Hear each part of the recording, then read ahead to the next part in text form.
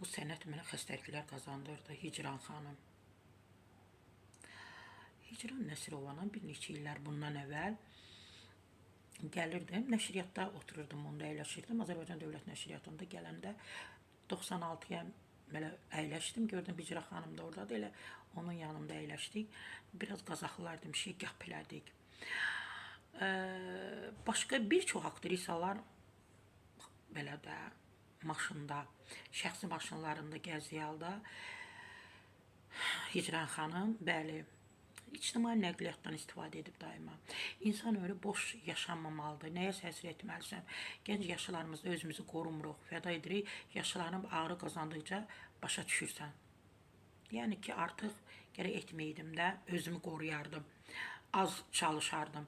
Bu təbii ki, Hicran Nəsirova əməkdar artistdir. Mədəniyyət TV-də qonaq olub və orada deyib, xəstəliklərindən danışıb, özümü teatra, sənətə həsr etdim. Bu sənətdən xəstəliklər qazandım. Ürək ağrılarım, sınaqlar, yaralar, sınıqlar, yaralar. Bu sənətə gələndə ailəmdə narazılıq var idi. Anamın qorxusu o idi ki, ailəm olmaz. Söz verdim ki, sənətim də olacaq ailəmdə. Çox əziyyətli idi, amma etdim. Allah sizə can sağlığı versin. Bizim gözəl aktrisamız Hicran Nəsirova. Onsuz da bunu hamımız bilirik. Siz digər ağır bir xəstəliyin daşıyıcısınız, amma çox möhkəm olduğunuza görə xəstəliyə qalib gəlməyə bacarmısınız. Allah sizə can sağlığı versin.